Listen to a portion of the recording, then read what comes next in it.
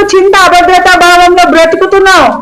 ఇదే వాక్యము నీ ఇంట్లో దీపమే ఎందుకు వెలగలేకపోతుంది? ఈ వాక్యాన్ని ధరించిన నువ్వు వెలుగుగా ఎందుకు అనేకులకు కనపడకుండా ఉన్నావు? దేవుని నిమిత్తం ఆత్మలను ఎందుకు సంపాదించలేకపోతున్నా? బోధించలేను దేవుడు అనే అన్నప్పుడు నీ క్రియల వలన అనేకులని ఆకర్షితురాలుగా చేసుకోవచ్చు. Praise the Lord. ఈ సంవత్సరం మన టార్గెట్ ఎంత అంటే 1000 మందిని సంపాదించాలి మనం. హల్లెలూయా. కొత్త ఆత్మలని పాత ఆత్మలని అందరినీ దేవుడు సమకూర్చాలి. ఆమేన్. అంటే ఈ రూమ్ నిండిపోవాలి. మరి ఎంతగానో ప్రార్థన కలిగి ఉన్నాం. ఎక్కడికి వెళ్ళిన ఆటంకాలు వస్తున్నాయంటే మనం పని లేని వారమా?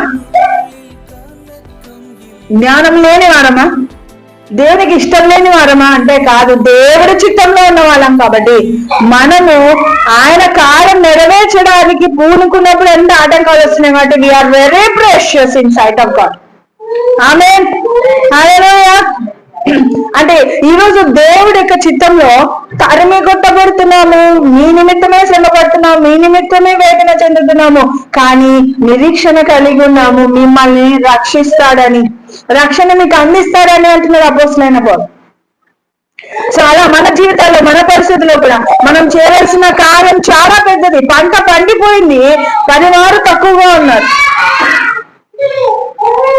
సో పంట విశాలంగా నీరు పారిపోతుంది, పనివారు తక్కువగా ఉన్నారు. పనివారు తక్కువగా ఉన్నారంటే అందరూ పోయి మైకి పట్టుకొని చెప్పడం కాదు, ప్రార్థించేవారు లేరు. వాచ్ అవర్స్ పెట్టుకొని ఈ టైం నుండి ఈ టైం నేను ప్రార్థన చేస్తాను, ఈ టైం నుండి మీరు ప్రార్థన చేయండి, ఈ టైం నుండి నేను ప్రార్థన చేస్తాను. అలాంటి సహవాసం ఎక్కడుంది ఇప్పుడు? ఎవరి పనులలో వాళ్ళు బిజీ అయిపోతున్నారు. ఎక్కువ వస్తే నాకు ఈ కార్యం చేయలేదు ప్రభా, నాకు ఇక్కడ ఏం చేసినావని నేను చర్చికి రావాలి, ఎందుకు నేను నిన్ను ఆరాధించాలని క్వశ్చన్ వేస్తున్నావే తప్ప ఈరోజు జీవం కలిగి ఉన్నావు, ఈరోజు సజీలకలో ఉన్నావు, దేవుని ఆరాధించడానికి అర్హత నీకు ఉంచింది, అందుని బట్టి దేవునికి కృతజ్ఞత. నీ అవయవాలన్నీ సరిగా పనిచేస్తున్నాయి కదా, మరి దేవునికి నువ్వు నమ్మకస్తుడిగా ఎందుకు ఉండలేకపోతున్నావు? నువ్వు నాకు ఇది ఇస్తేనే నేను సంతోషిస్తాను ప్రభు అనే ఉద్దేశంలో నువ్వు ఉన్నంత వరకు ఏ ఆశీర్వాదాన్ని పొందుకోలేవు.